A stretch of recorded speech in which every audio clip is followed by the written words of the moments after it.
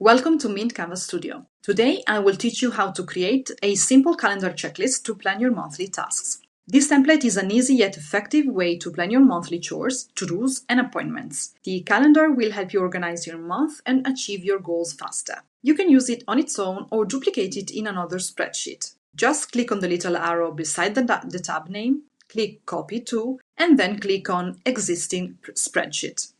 You will start by selecting a month from the drop-down menu.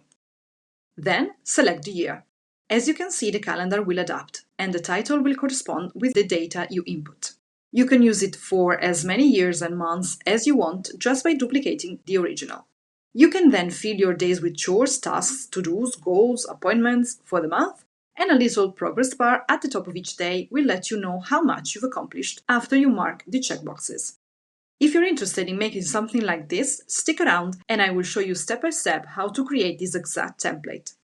If you need something more specific, check out the links below and you will find our new calendar checklist, a similar template with more cool features. So let's get started.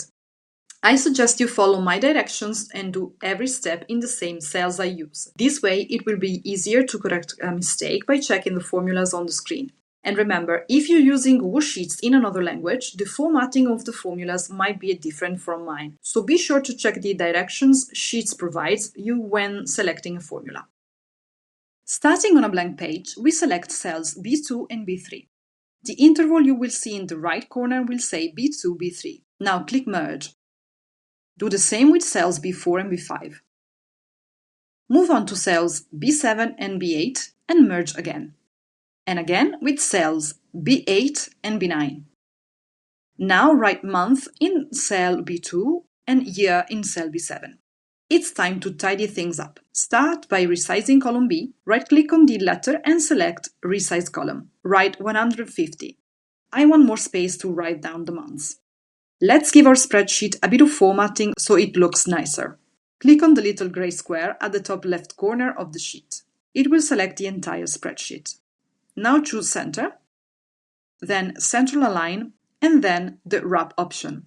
You can also change the font of the spreadsheet. I like to use Montserrat, but you can leave it as is or change it to your favorite font. Now it's time to resize columns A and C. To select columns that are not close to each other, click Command if you use a Mac or Control if you use Windows. Once you select the two columns, resize them to number 35. Let's leave space for our calendar. We also resize column D to size 30 and column E to size 200. You don't need to use the exact same numbers I do, but they will give you a general idea of how much space you need. Column D is the column that will hold our checkboxes, and column E will hold our tasks, so resize them accordingly. Now merge cells D7 and E7. This will be the start of our calendar. But before we move on, we need our months. So go back to cell B4 and click on Insert. Then click on Dropdown. As you can see, the dropdown will appear on the cell. You can select the months from a range or write them down manually. I will write them down. Right now, Google Sheets offers two options. Click on Add another item and keep going until you've written all your months. You can color the cells differently, but I like to leave them white. Before we click on Done, click on the Advanced Options button and select the Display Style. Click on Arrow. I don't like to use the chip because you can delete it accidentally. Now click on Done. Choose a month and a year. To make things easier, I select the current month and year. Now we can build our calendar. In this case, we just need to create the first day and duplicate it for the rest of the month, making our work easier. Go to cell E7 and write equals date value. Open parentheses. As you can see, a guideline will appear, telling you how to write the formula. Here is where the formatting might differ depending on the country. Right now, we need to input a date string. We will do so by writing the number 1 and the and symbol, B4, the and symbol again, and then B9. Leave no spaces and close the parentheses. This will tell our formula that we want the first day of every month. It will also tell that the month is in this cell and the year in this other one. So every time you write a different month and year, the formula will change accordingly. If we hit enter, we are left with a bunch of numbers. Don't worry, the formula worked correctly. This is still a date with a different type of format. Let's change it into something we can read more easily. Click on the cell and go to Format, then Number, and then Custom Date and Time. Here you can customize the date as much as you like. You can select any of the options that appear or make a personal date by selecting this dropdown. For this date, I want to see the day in numeric form. Once we are satisfied with the formatting, click Apply. Beneath our day, we leave one row for the percentage and progress bar. Then we count 8 spaces below that. Select cells from D9 to D16, go to Insert, and then click Checkbox. I like to make them smaller. Now let's write something on cell E9. Don't write anything fancy, we just need some words to check if our next formula works correctly. Write, for example, task 1, task 2, and so on. But leave some cells empty. Check some boxes with tasks assigned to them and one without a task. We want our next formula to count our cells only if there are tasks in it and only if the tasks are completed. To do so, we need to understand the logic behind the next formula. To make the progress bar, we need a percentage. The percentage is the number of completed tasks divided by the number of total tasks. We need to translate that into a formula. Don't worry, let's do this step by step. Go to cell D8 and write equals countifs. This formula will count based on more than one criterion. So we will open parentheses and select the range from E9 to E16. That holds our tasks, comma, open quotation, greater than and lesser than symbols, and then close quotation. This means the cell is not empty. The second criterion we need is that the box is checked. So write a comma, select the range that holds our checkboxes, which is from D9 to D16, comma, and write true, which means checked. Close parentheses. This is the first part of the formula that will only count the cells where a task is written and the box is checked. We need to divide this number by the total number of tasks. This part is easier. Write slash and the formula countif. Open parentheses and select the same range of tasks from E9 to E16, and then the same is not empty part. Open quotations and write the greater and then the lesser than symbol. Close quotations, click Enter. To turn this number into a percentage, click on the percentage symbol on the menu here. We want the number without the decimals. To do so, click on Decrease Decimal Places and click until you've removed all the decimals. If you've done everything correctly, the percentage will change only when a task is written and a box is checked. Try to remove one task or uncheck a box and see if it adapts.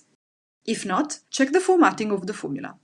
Different languages may use different symbols. We are working with a little cell, so I will make my font smaller so that the biggest number will still be visible. Before we move on to the progress bar, we need another step. Right now, if we remove all the tasks, an error will appear instead of the percentage. If we have no tasks, the formula says you cannot divide it by 0. To avoid the error message, we go back to our formula. After the equals, write if error, open parentheses, then we reach the end of our formula, add a comma and write 0%. Close the parentheses and hit Enter. We told our formula to display 0% every time an error occurs. Now we can create our progress bar. Go to cell E8 and write equals sparkline. Open parentheses and select the cell that holds the percentage, comma, open curly brackets and check the format of your formula. Open quotations and write chart type. Close quotations, comma, open quotations, bar, close quotations, semicolon, open quotations, max, close quotations, comma, 100%, close curly brackets. If we stop here and click Enter, we see a progress bar with this bright orange color. To change that, go back to the formula. After the 100%, write a semicolon and between quotations write color 1, a comma, and open quotations. Here you can write the hex code of the color of your choosing. Just remember to input the hashtag symbol before the string of letters and numbers. I use this light beige color you can copy. If you click enter, the color will change. Now we have the base of our first day of the month. Before we move on to the others, we touch it up with colors and borders to make it nice. I use the fourth gray from the darker color to make the borders look softer. Let's tidy up the month and year part of the spreadsheet. To avoid deleting formulas, change the background color of the cells that hold them. You can use a light gray to remind you that the cells are automated.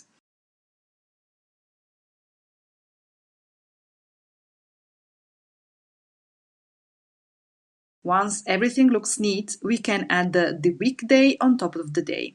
To do so, merge cells D5 to E6 and write equals D7. Change the formatting by going to Format, Number, Custom Date and Time, and choose to display the day as a weekday. You can use an abbreviation or the full name. Since we have space, let's use the full name. It's time to add the scratch effect when we check the box. Select the range that holds our tasks, click on Format, Conditional Formatting, and go to Custom Formula Is. In the white box, write equals D9 equals true.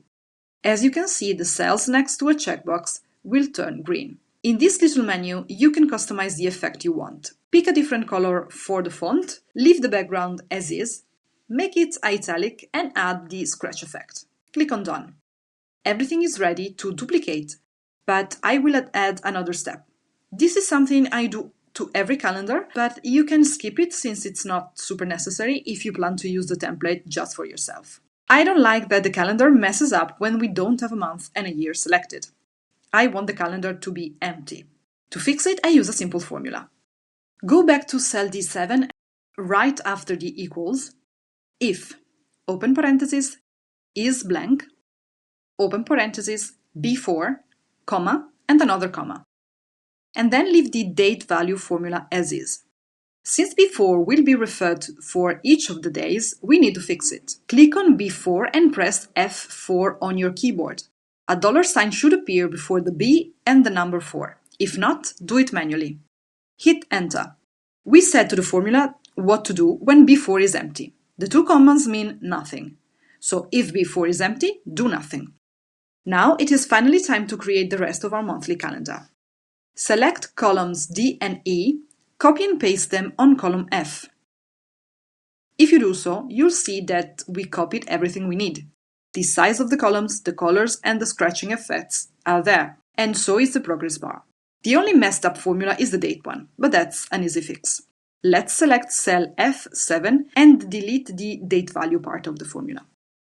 Write D7 plus 1 and hit enter. Everything is fixed now. We can duplicate columns F and G by copying and pasting them into column H. Do that until you reach the 7th day in the column Q.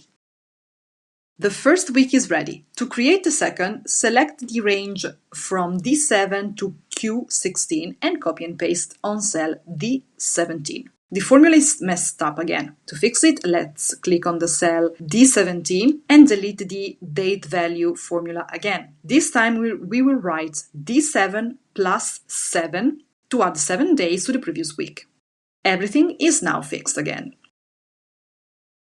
Now we can select the range from D17 to Q26 and copy and paste it until the end of the month. Since this is a monthly checklist, we only need days that belong to this month. We will use conditional formatting to hide the days we don't need. Select the range from D37 to Q56 and go to Format.